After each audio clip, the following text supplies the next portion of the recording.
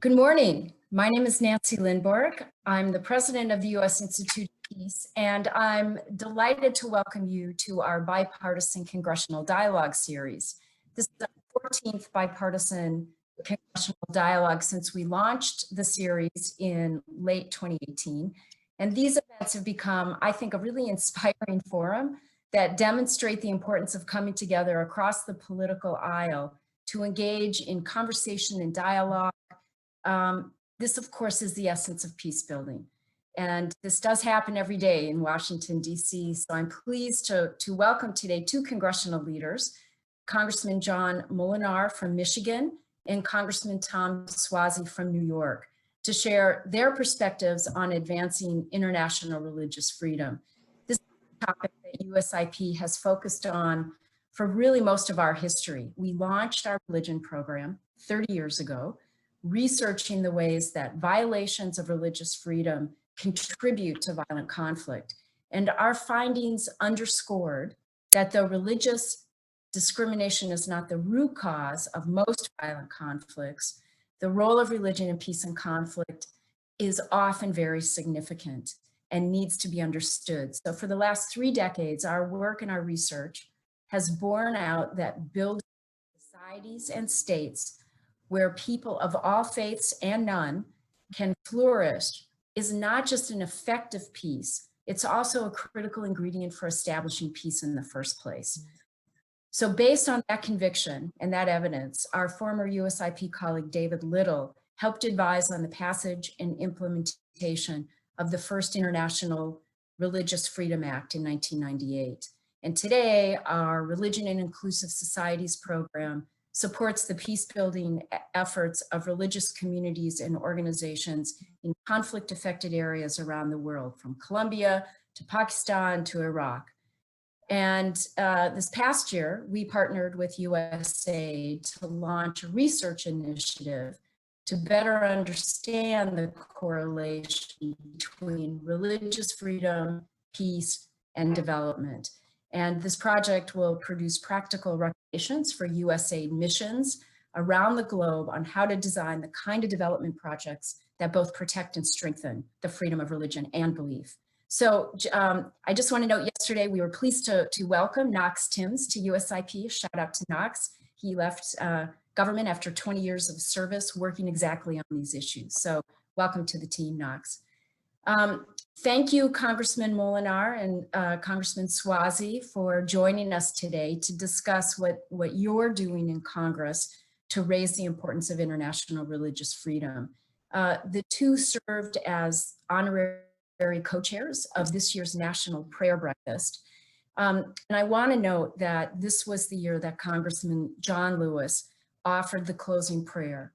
And he very powerfully said that we must become truly one family and hold on to each other. We must believe in one another. We must never give up on our fellow human beings. Together, today, we go in peace, we go in love, and we commit to treating each other as we would treat ourselves. So both of you have reflected in recent days on the remarkable contributions of Congressman Lewis and your sorrow in his passing. The entire U.S. Institute of Peace community joins you in that sorrow and sense of deep loss. We're just grateful you could join us this week. So Congressman Moolenaar represents Michigan's 4th district. It includes parts of Midland, Lansing, and Central Michigan, and he serves on the House Appropriations Committee. Congressman Suozzi represents New York's 3rd district, which includes parts of Long Island and Queens.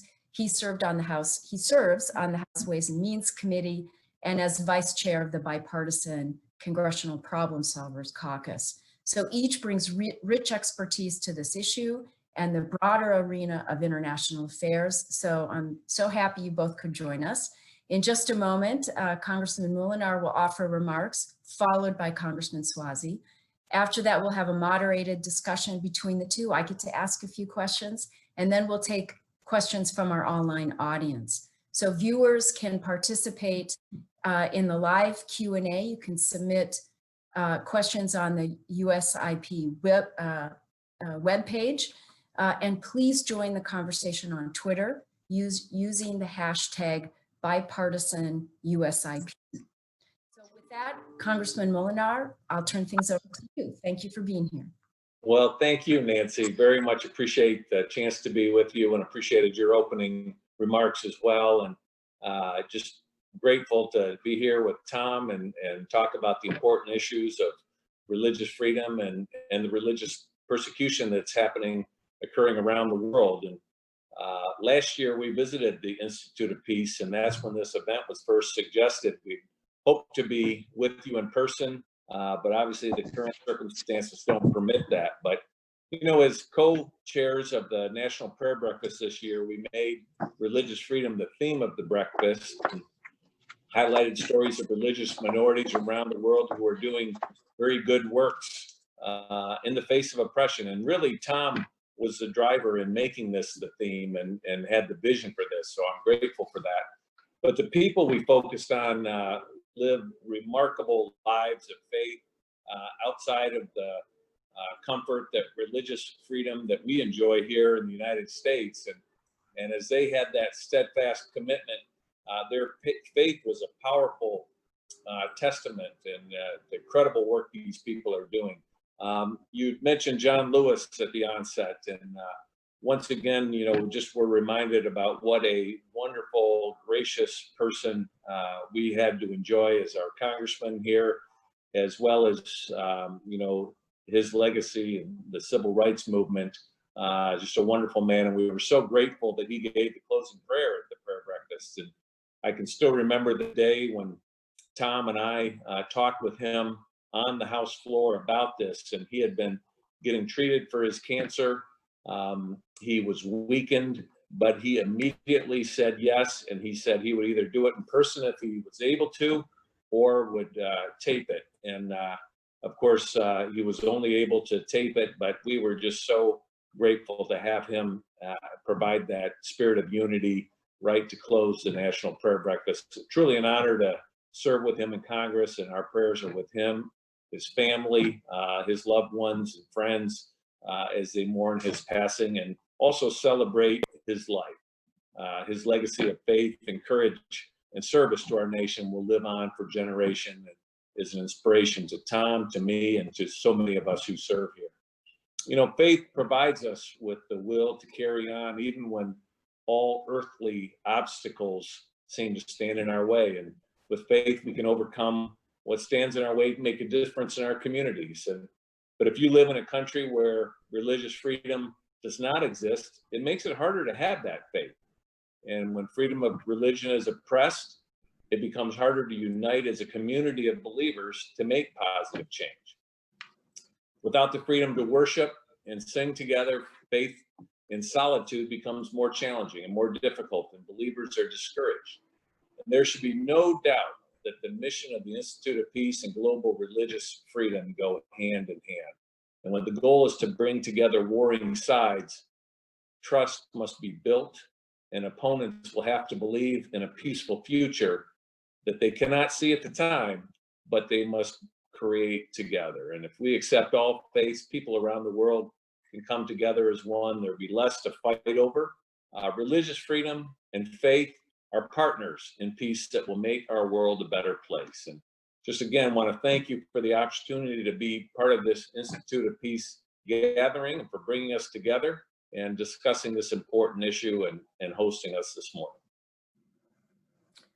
Wonderful. Thank you so much. And Congressman Suozzi, are you with us and ready to go? Yes, I'm here, ready to go. Ready to go. Okay. Over to you for a few opening comments. Now, can you see me or not? We cannot. I don't know why that is. Maybe my Wi-Fi is not strong. There you go. You're all good. Okay, good. You're good. All right. Well, thank you so much for inviting me. And thank you, John. John, those were great remarks. You always do a great job. And we're so lucky to have John in the Congress, even though he's on the other side. John is probably one of the nicest people I know in Congress. I don't know how he makes it in Congress. He's so nice. But you know, we have a great relationship. I want to thank him publicly. He gave me a great picture of he and I serving on the prayer breakfast yesterday, and I want to thank him publicly for doing that. And I want to thank all of you for the good work that you do.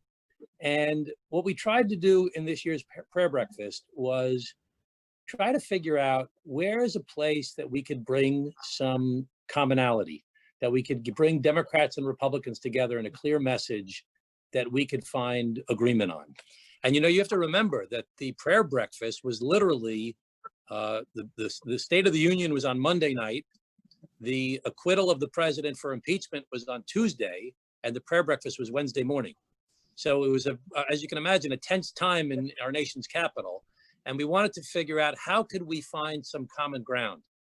And John and I worked together to talk about religious freedom. And we showed a video that day of Nancy Pelosi, who was on the dais that day, speaking about the importance of religious freedom, how horrible it is for somebody who is a captive, and their captors come to them and say, you know what, nobody really cares about you, everybody's forgotten about you. That's the worst torture that someone could receive, is to be there alone in prison and to hear that nobody cares about you.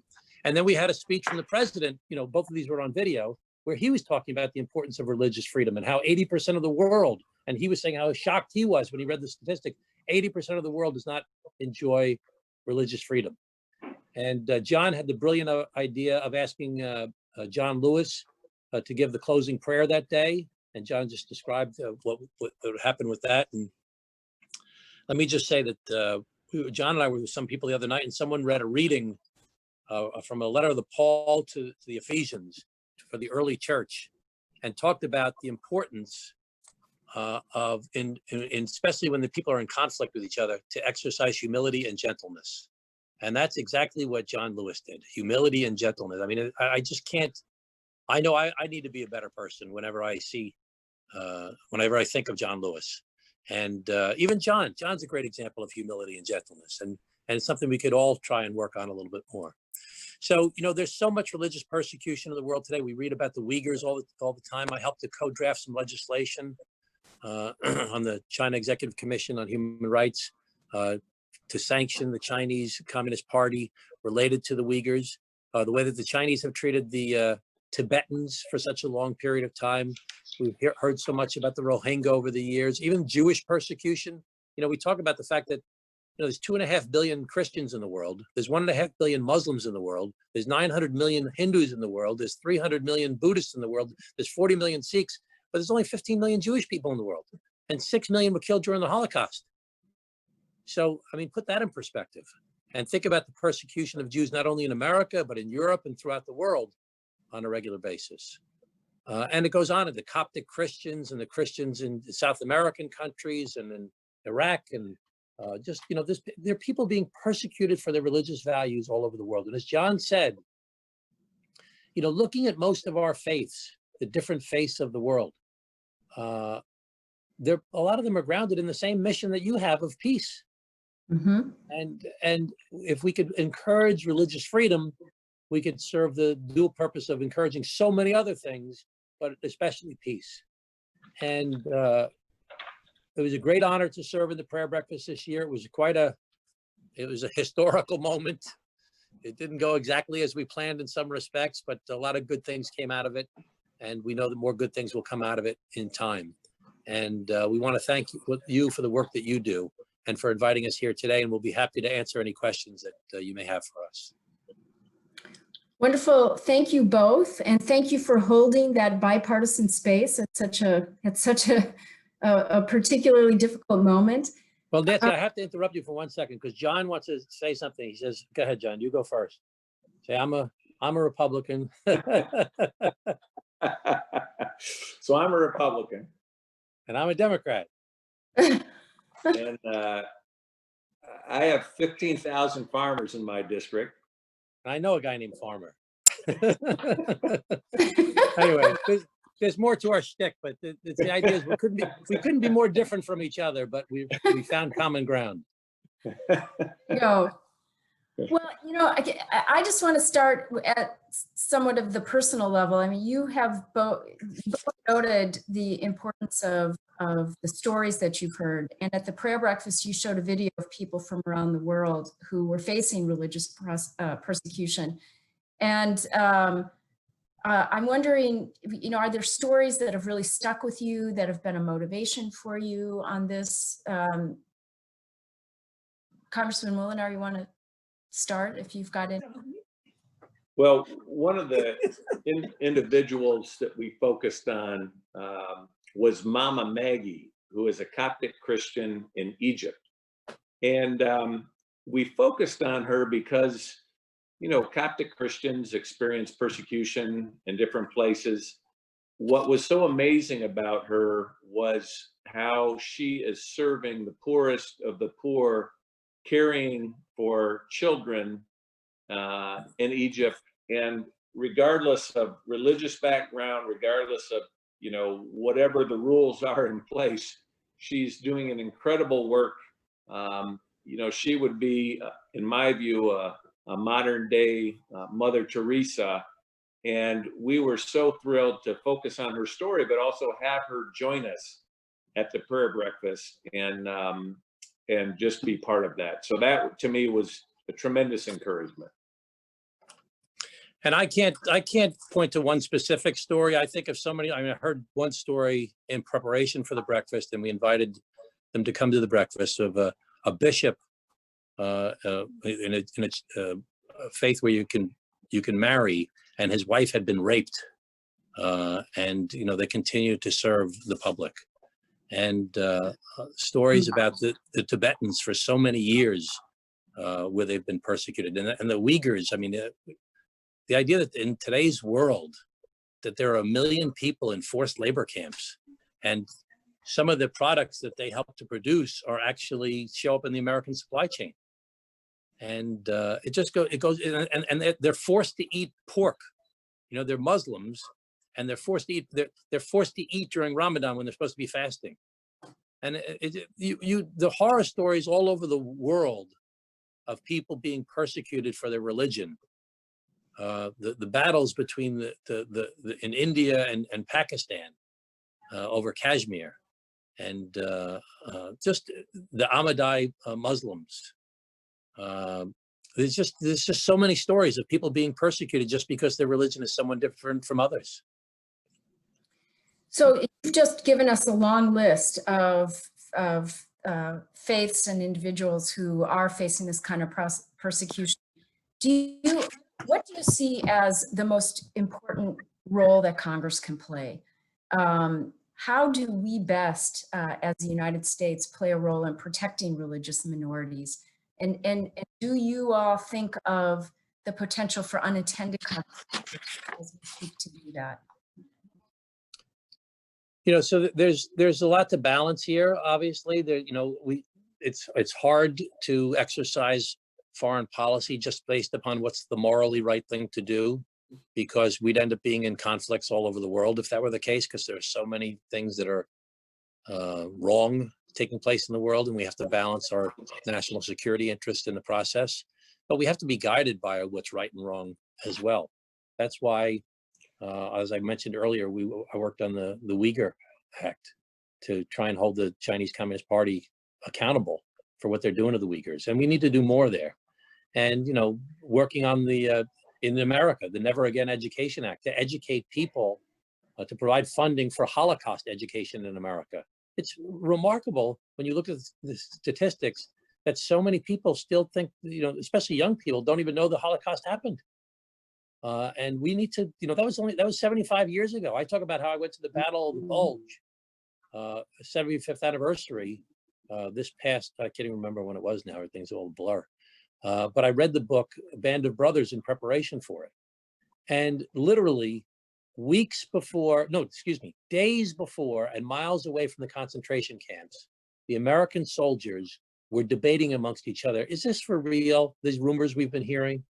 Now, the 6 million have already been killed, and millions of others have already been killed. And, they have these extermination camps, people being burned in ovens, and it's happening in real time. and people are still wondering if it's just a propaganda campaign. Think about us now, 75 years detached from that, and people consciously trying to say that it's not real, and trying to promote that it's not real, how much impact that has. So Congress has a big job to help make sure that we are educating people about the Holocaust. And again, the persecution of just pointing out sometimes just, this is part of Nancy Pelosi's speech that we used in the video at the prayer breakfast. Sometimes just speaking people's names or speaking the events that have happened, that we believe that those get back to the people that are being persecuted, and that gives them hope. And so we need to just speak out. And of course, as a nation, we need to hold ourselves up as an example once again, that we do stand for something special. And some of that's slipping away, and we need to get back to holding America up as an example of what's good and just and right.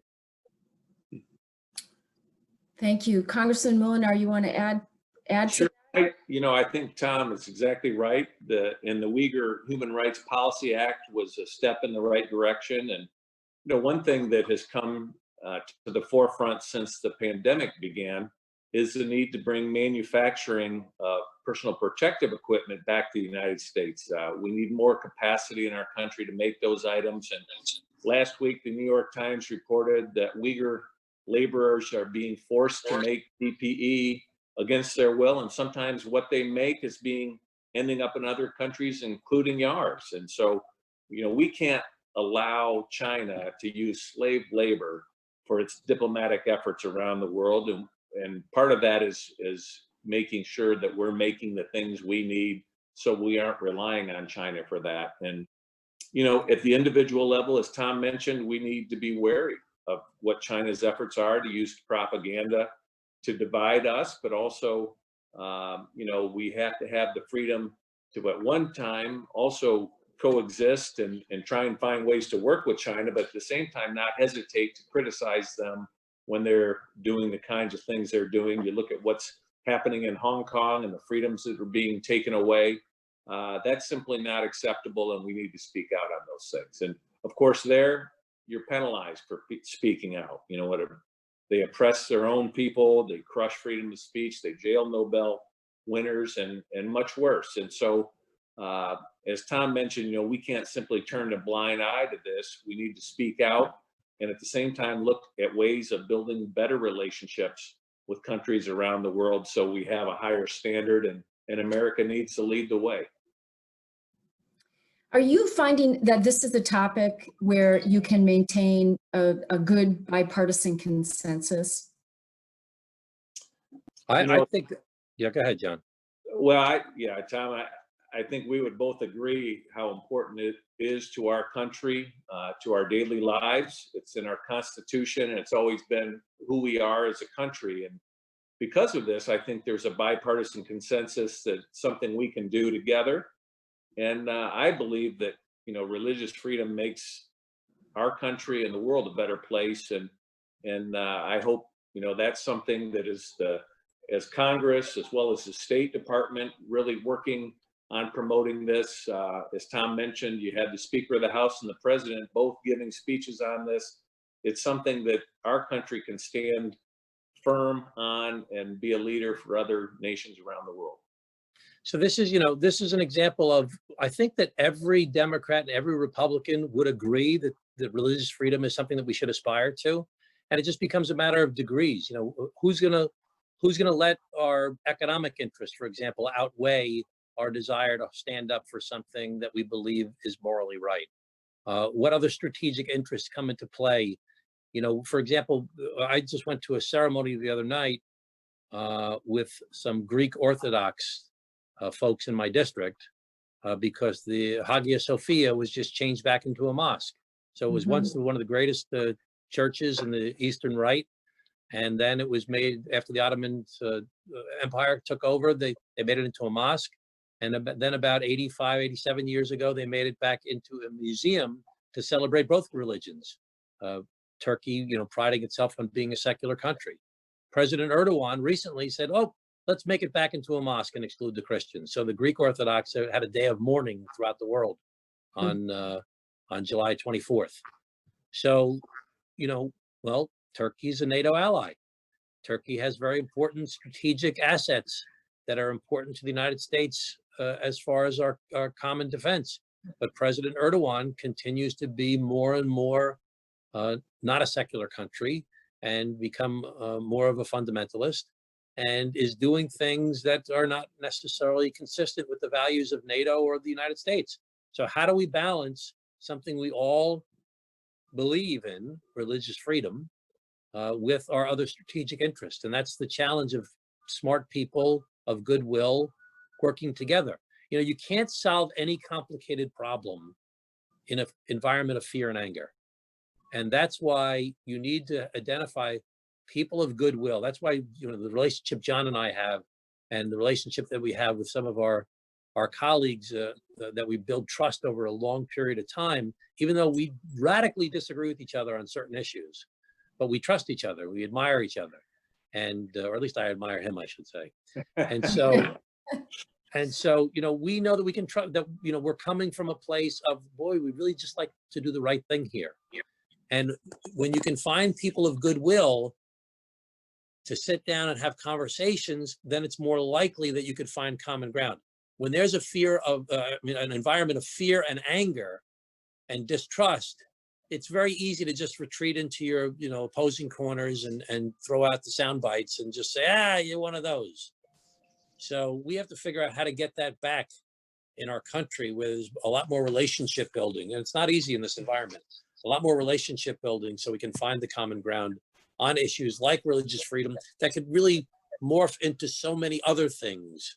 But none of these issues are simple. Everything's complicated. Every issue we discuss, healthcare, immigration, the environment, peace, they're all complicated. They're not simple, but you need people who can trust each other to start as a starting point, even when they disagree. Well, with the prayer breakfast speaker, the speech was love your enemies. And the idea is that, it's not that we disagree. Of course, we're going to disagree. We just can't hold each other in contempt. If we hold each other in contempt, then we can never get to find common ground. The first indication of contempt is when you roll your eyes at the person. So no more eye rolling on this call.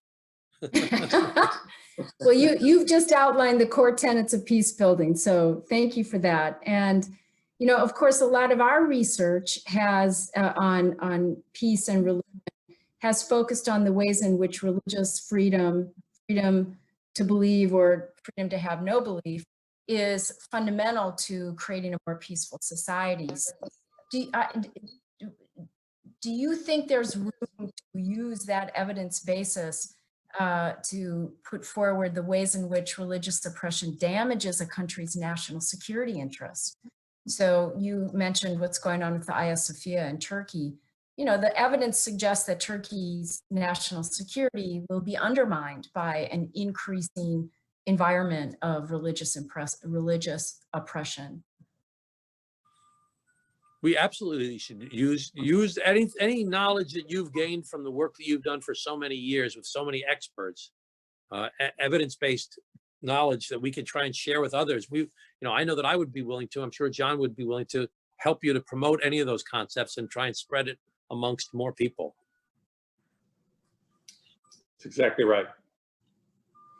Well, you mentioned a moment ago, Congressman Suozzi, about the complexity of all these issues. So I'd love to get both of your takes on the relationship between religious freedom and other human rights, freedom of expression, including the right to criticize religion, or civil rights related to gender or racial equality, which in different contexts, of course, can create different tensions. Thoughts on that? Well, I look at our First Amendment, and I think it's a great model for these ideas.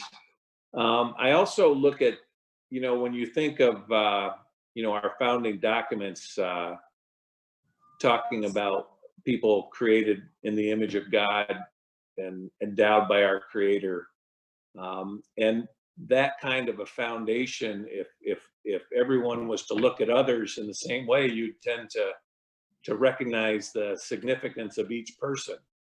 And I think where you have the totalitarian regimes that are suppressing expression, religious liberty, or treating one race different than another, it all comes back to that idea of power over another and using government to coerce others into some kind of behavior. And to me, if we can step back and try and help people see a foundational difference that all people are created, in the image of God, then it's hard for a government to then step on those rights, because as we believe in our country, those rights are unalienable. And so, it's hard if you don't have that foundation. And that's why sometimes when we talk about freedom in different nations, it doesn't live out to the promise of it like that we've enjoyed in our country. But I think it's that process of continuing to strive for these ideals in our own country, promoting them abroad, and helping educate across the board why this matters. Thank you. Yeah, and I just, my big concern about the world these days, even in America, is that we have to have some basic values that guide our behavior. The world is so fast moving these days. When I was a kid, I remember in grade school, I was at St. Patrick's grade school, and one of the nuns said, "Oh, the world is moving so quickly these days." And, we were in the space race, and there were new medical advances, and television. It's like, this was in the 60s and early 70s. And, she was concerned that we haven't had a chance, because everything's moving so fast, to figure out how this affects our values, how it affects our families, how it affects society, how it affects the economy and workers, and everything's just moving so fast. Well, think about how fast things are moving today. And if we can't rely on basic fundamental values, like the intrinsic value of every human being, if we can't rely on basic values, the things that we take for granted in this country, the First Amendment that John was talking about, we can't possibly make decisions in this complicated, fast-moving world unless they're based on values. You can't really rely on anybody. The only thing you can really rely on is your values.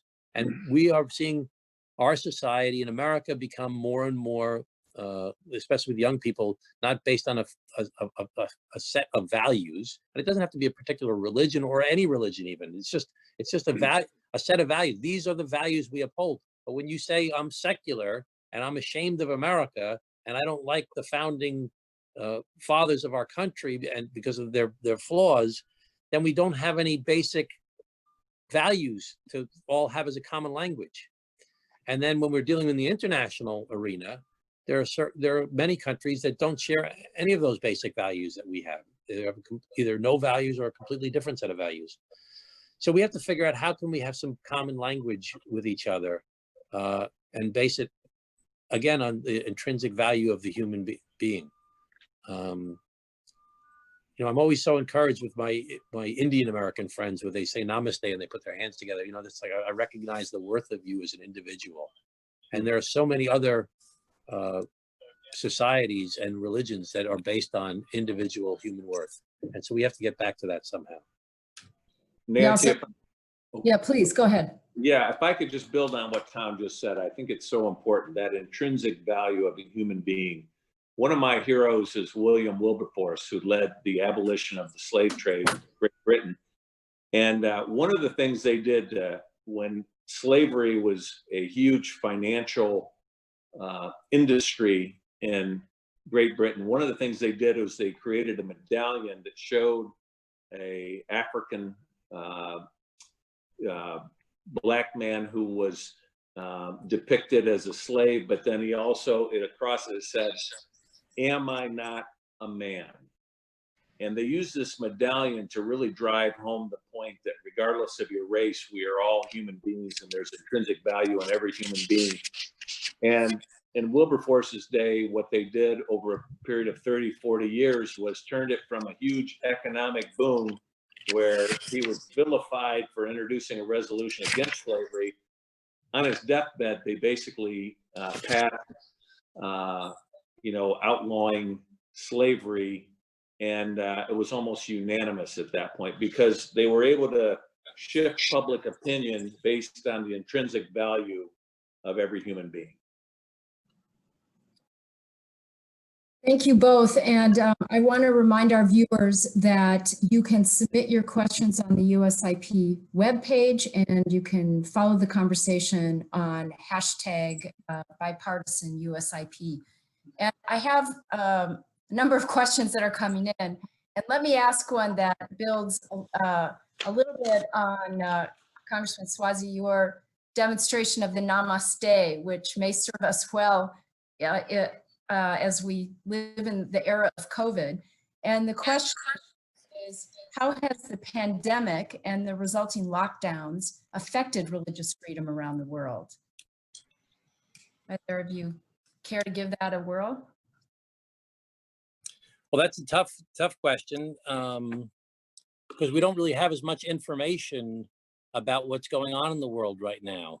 I mean, we're so, I was thinking about this, especially when I was home in Glen Cove and with my family, and we're so intent on staying safe. We're so intent on trying to address how are we going to protect our families and protect our communities, protect our congressional district, protect our country. We're so intent on everything that's going on. Think of all the things that have been pushed off the pages of the newspaper and on television that we just aren't hearing anything about. So I'm sure that there are a lot of dark places in the world that we just have no idea of what's happening to people. And I'm sure that there are some people with nefarious motives that are using the cover of the pandemic and people's distraction of the pandemic to carry out other nefarious objectives. So we just don't know. We don't have the information as to what's going on in a lot of places, and the information is not flowing as freely because we're just also distracted with what's going on. At the same time, it's given us all an opportunity to pause, and we're not quite as on the hamster wheel going around and around as usual. And I think that we've had a chance to think about what's important. And I've certainly thought about, what's my obligation, what's my responsibility. Holding this job is an important job to try and make the world a better place to live in. So hopefully something good will come out of that. So I'm sure a lot of people are doing that. Well, that goes also to your earlier comment about the importance of just shining a light on what's happening and keeping the witnessing up. Congressman Moolenaar. Yeah, one of the things that struck me about this time that we're in, we've seen so many things are outside of our control. And, people want to make plans. You want to make plans for the future, and it's very uncertain. And as Tom pointed out, it does provide an opportunity for getting clarity on what is most important. I think that has been one of the positive things that have come out of this is, time for families to spend more time together. On the other hand, if someone is anxious and stressed by losing control, sometimes those behaviors to cope with that can be harmful. And I think we'll find out more about that as we go forward. But, I, for one, have found how much I miss just being with people. And so when I have the opportunity now, I'm just very grateful just for being together with whether it's family, friends, colleagues. And, it's kind of that absence makes the heart grow fonder concept. And we've missed a lot of that in these last few months. So there's another questioner asks, what do you see as the specific roles that faith-based communities and religious actors can and do play in reducing religious discrimination and polarization around the world? And how can the U.S. government best support these religious peace builders?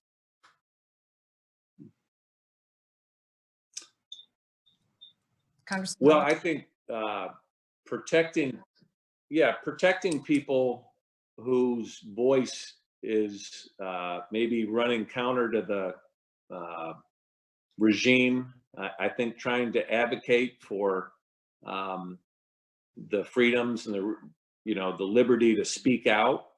I think I was pleased when Sam Brownback convened a lot of the foreign ministers the evening before the National Prayer Breakfast, foreign ministers who basically agreed to sign on to some of the principles of religious liberty, and they came and met in the United States, and so I think the United States can play a role of convening. Congress can do that in a way of whether it's passing resolutions that highlight what's going on in the world, but also can convene gatherings of people to discuss these issues and try and advance the cause. You think about the people that must be on this call. Someone told me there's going to be 200 people on this call. I'm sure that many of you who are involved with peace issues know that so much violence throughout the history of the world, even today, has been based on religion. People that have gone to war with each other over, at least on its face, saying that it was based upon religion. And we've got a real challenge to, number one, shine a light on religious persecution. Number two, to find common ground here in our own country among Democrats and Republicans, but with people throughout the world, similar to the effort that Ambassador Brownback had to try and find people who believe in religious freedom to work together across country lines. And three, to encourage not to let religion be the basis for persecution. I mean, that's really a scary historical fact. So I think that just, really talking about it, supporting groups like yours, working together, finding common ground. It's I've been doing this for so long. Sometimes it sounds like, wow, it doesn't sound that exciting to say that, but it's just a lot of hard work, and it's a lot of effort to try and get people to find this common ground and work together. Leadership really matters. When I was younger, I would have never said that. I was the mayor of my hometown starting in January of 1994 for 8 years, and then I was a county executive for 8 years, and now I'm in Congress for whatever it is, 3 or 4 years. And now I really believe leadership really matters, and getting people to just lead on issues of common ground is what is the saying, John, that you had the guy from Harvard came and said? He says, leadership is disappointing your supporters at a rate they can absorb. So we need some more of that. That was Marty Linsky. Right. That's good. We have had the great privilege at USIP of working with very courageous pastors and imams in northern Nigeria, for example, who have been leaders in saying, wait a minute, we're not going to fight these people just because they're a different religion. So you are wise to remind us of the importance of that kind of leadership. And there's some great examples in Kenya both... right now. Great examples in Kenya right now where opposing factions really found peace with each other through faith. Yes, yes.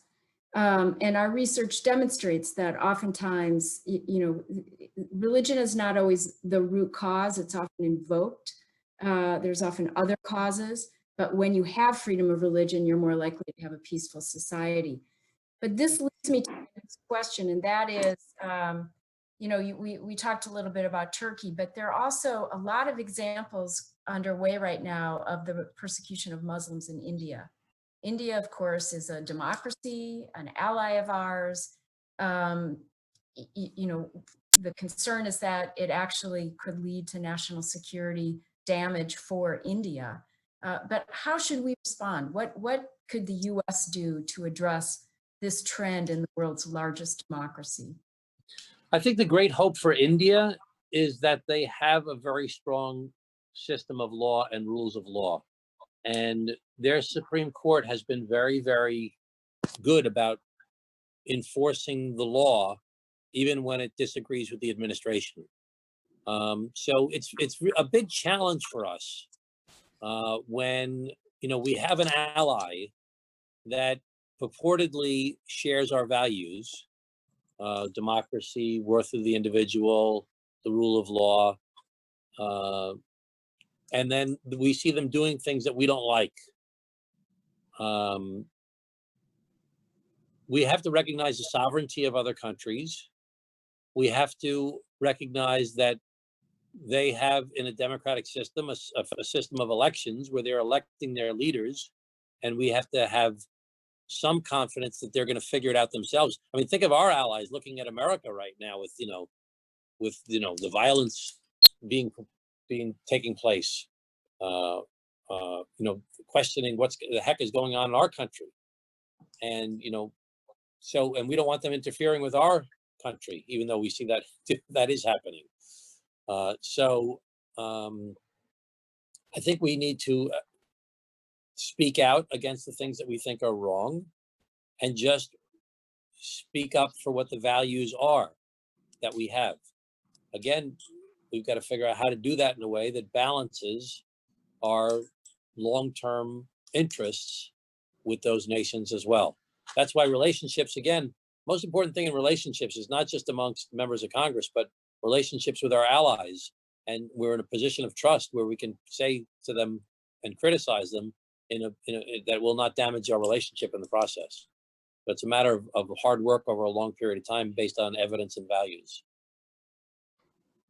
Thank you. Congressman Moolenaar, you want to add to that? Well, I think Tom's right. That there's when I think of William Wilberforce, I look at what he did was persuasion and influence, and I think that in our case with other nations, we have tools like sanctions. We can certainly criticize, but we also want to influence and persuade in positive ways, and that can be through different institutions like yours. It can be through government to government relations. It can also be in the private sector. And I look at the opportunities where when we're doing business with people for the influence there as well. And I think it's a combination of all of the above in order to influence nations in a better direction without the heavy hand of direct intervention at times. Thank you. We have questions stacking up, so I'll try to get to everybody's questions. One is, can you point to examples of successful congressional intervention on behalf of greater religious freedom? And if so, what do you think were the dynamics that enabled that positive improvement to happen?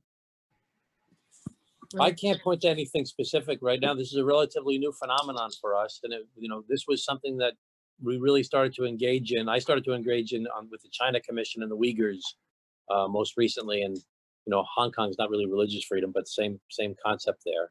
And then with the prayer breakfast was to try and bring a light to this issue. And quite frankly, Sam Brownback ran with that idea at the same time and started to develop this international coalition for religious freedom. And honestly, the prayer breakfast got a little sidetracked with its theme because of some other things that happened that day. And then we hit the pandemic.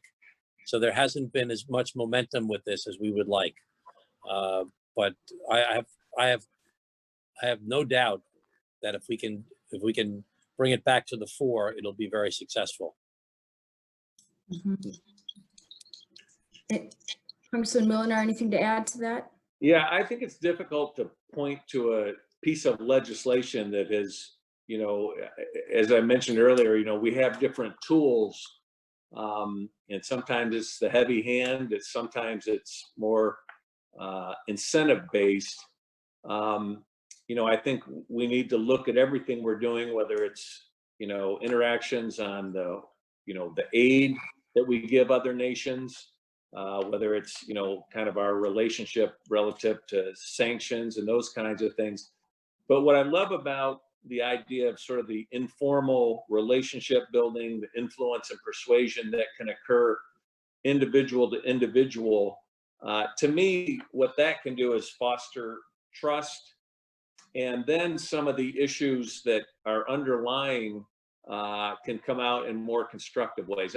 One of the powerful examples in history is, the Rwanda genocide. And when you think of how that started, where two presidents had been trying to work at some kind of a reconciliation. Their plane is shot down, and all these issues that had been underlying in the country came to the surface in a very violent way. Very tragic. A step forward was in happening, and then the tragedy, and then the larger tragedy. But then you look at the healing that has occurred in that country since that time, and the progress that's being made through peacemakers, people promoting reconciliation. We've got to be vigilant to work all the way through, and you hope that you don't have those kinds of horrific events, and that we can work on the issues before it gets to that point. But Congress can only do so much through its formal policies and channels. A lot of this has to be done informally, relationship by relationship, and then also kind of what message we're sending out about the dignity of human life, and each person having that intrinsic value. And it has to be an effort of the executive branch, quite frankly, that, to bring it all together in a comprehensive policy. And we're trying to encourage that to be something that's embraced by our nation, because it really has to be a comprehensive, overarching policy. As John Lewis said over and over again, this is not the work of a week or a month or a year or a decade. This is the work of a lifetime. And America, has been a project of 2 centuries. And we're not exactly on the same trajectory we were, let's say, 10 or 20 years ago. So we need to figure out what trajectory we want to have going forward internationally, and what kind of image we want to hold up to the rest of the world, and what role do we have to play regarding human rights generally, of which religious freedom and religious persecution are a part of that. Let me build on that last comment, because we have several questioners who are asking, how do we ensure that the rights of people belonging to oppressed groups, such as the LGBTI communities, are not infringed upon on the basis of religious freedom? That's a very big challenge. That's a really big challenge. And you have a person like John Lewis, who was a very religious man, an example that we would all hold up as somebody that we would want to emulate. And he would always talk about how the people have intrinsic human worth, whether they're black or white, or they're rich or they're poor, or they're straight or they're gay. And I would say that it's essential that intrinsic human worth that we talk about has to be seen for people regardless of their sexual preference as well. So we have to understand that everybody's still a human being, has to be treated with human respect and dignity.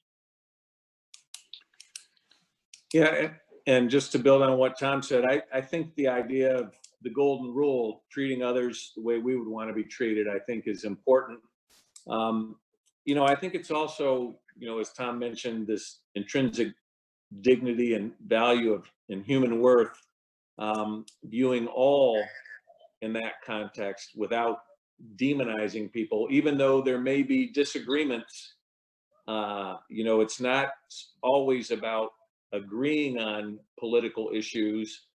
Sometimes it's understanding and respecting someone who may have a different viewpoint. And I think that's an important thing that our culture, we need to continue to stress that, because I fear that at times we're silencing people's voices that we don't agree with. And it's important that people are heard and respected, even though there may be not the same viewpoint on a political issue. Thank you both. Another questioner asks, what role do international organizations like the UN play in promoting religious freedom around the world? And how does the US collaborate or plug into those opportunities? And do these multilateral efforts ever lead to tensions over how the US and our allies think about religious freedom? And you cited earlier, Congressman Suozzi, NATO ally Turkey, who we're disagreeing with right now. So, the UN, we're not always happy with the way the UN conducts itself. But the idea of the UN is one of the great ideas of history. And, we have to figure, all of this stuff is always, it's very frustrating for me as a former mayor and a former county executive to not be the boss, to be a legislator now. It's really, I don't know how good a legislator I am sometimes, because I just want to just fix things right away. But a lot of it is about cajoling and a tweak here and a tweak there and making a speech and trying to persuade people over a period of time. It's not the same as having an agenda and driving the agenda and using your resources to move it forward. So, the president, who I don't agree with on many things, gave his speech about religious freedom at the UN. And it was a very effective speech, such that we put it in a video along with Nancy Pelosi's speech before our committee on human rights. So, these international convening bodies are great opportunities for people of different backgrounds, different agendas, different values to come together under the banner of trying to find common ground. And utilizing, what you talked about before, proven models of peacemaking, different techniques need to be used in these international bodies so that they aren't hijacked. Same as religion's not hijacked, these international bodies are not hijacked. It's why politics and governing and peacemaking is so hard, because there will always be people who will try and hijack the good intents of the people involved to try and push their own agenda instead of trying to find common ground. And so it just requires a lot of smart, educated, hardworking people that are willing to make a sacrifice over a long period of time to do the hard work that's necessary to move forward. The UN is such a fantastic idea. It's like unbelievable. NATO is what an awesome thing. NATO came out of, the D-Day invasion. That's where we actually started to work with each other for real, as a big group of complex, differing interests with different sets of power. So it's just a long period of time, a lot of hard work over a lifetime. Just don't give up. Well, yeah, one example I'd like to cite, both Tom and I have gotten to know David Beasley, who is head of the United Nations or the World Food Program. And to me, that's an example of how nations coming together to help people who are suffering the COVID-19 locusts in some areas of the world, famine, war, terrorism, all sorts of crises. And you have an organization where people are contributing, and the United States has been a real leader in this, bringing food and trying to find ways to get it to the people most in need. To me, that's a great example of collaboration. It's not full of political agenda and intrigue. And to me, that's an area where, some really positive things are happening on the ground. And I do think that, as Tom mentioned, there's an appropriate role for the United Nations in terms of a forum for voices to be heard. Where I think it gets somewhat complicated is, there's a lot of different agendas and alliances and intrigue, and sometimes it doesn't seem as productive as we would like it to be. But I certainly think the World Food Program and the work they're doing right on the ground is a tremendous benefit for all of us throughout the world. Let me just say one thing that's a more general topic. Our country's so divided, and there was a study done called Hidden Tribes, and America is divided up into 7 groups. The far left, which, as I said before, has become very secular and very ashamed of America and really unhappy with our country's history, is really only 8% of the country. There's the far right, which is, very racist and anti-immigrant and anti-this and anti-that, and makes up like 6% of America.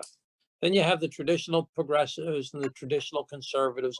But there's three groups in the middle that make up most of America these days, 52% of our country, which are the politically disenchanted and the politically disengaged. The 52% of our country, which is saying, I'm just so sick of it all. Everybody stinks. Nobody's any good. The whole system's broken. It doesn't work. And, it made me think of this, there's so many people say, oh, the UN, that doesn't do anything and it's not working. And this international organization, that's not working. And this is not working. And I'm just so fed up. There are interests that exist, both in America and outside of America, that want us not to believe in our system, in our country, and don't want us to believe in the international organizations that have been set up. They want to foment the more extreme voices using social media. Social media is a relatively new phenomenon. We don't realize how much our strategic adversaries will use social media to try and foment civil unrest in our country and throughout the world by trying to promote some of the most extreme voices as to why we can't get along with each other, why we can't find a common ground, why you should be politically disenchanted, why you should be politically disengaged.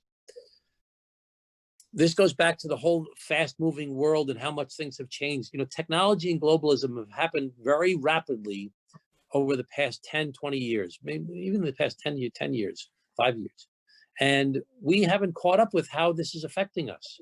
And there are people that are manipulating the messages that we are hearing on a regular basis that are discouraging us from utilizing these international agencies, from using American institutions to try and solve our problems. And there are people in very powerful positions that are trying to foment that type of distrust and disengagement. So we have to guard against that and be conscious of it and work to try and address it. Because most people are like most people on this call, which is like, hey, can't we just work together to try and solve the problems? Can't we just make the world a better place to live? Can't you just sit down and work it out? So. Thank you for that. And we are out of time. So let me just check, Congressman Moolenaar, if you have any quick final thoughts you'd like to add. Well, first of all, thank you for hosting us. And it's been a wonderful discussion. I appreciate all the people who participated virtually in this. And it's good to be with Tom Suozzi. He's very thoughtful. And, he's someone who is a person of goodwill. And we always look for ways to find common ground on things, whether we can work on it legislatively or as through friends, through relationships. He's really a joy to collaborate with. We collaborated on the National Prayer Breakfast and look forward to other opportunities as well. But again, thanks for having us. I'm reminded of the phrase, blessed are the peacemakers, and thank you for what you're doing to promote peace around the world. Thank you. Thank you. Congressman Suozzi, a quick last word. Just thank you so much for the good work that you do. We know how important it is, and you're so valued for what you do. And I recognize that for all of us, sometimes people don't recognize the good work that they're doing, and we do recognize it. And we're grateful to you for it, for devoting your lives to trying to make the world a better place. So thank you so much. Well, thank you both. We're very grateful for the work that you're doing, for the bipartisan spirit that you're carrying forward. Thank you for reminding us about the importance of values and trust and sitting down and having a conversation with each other. We are very thankful that you joined us virtually. We hope to have you in the building for our next conversation. And thank you to all of our viewers for joining us. Thanks so much. Thank you.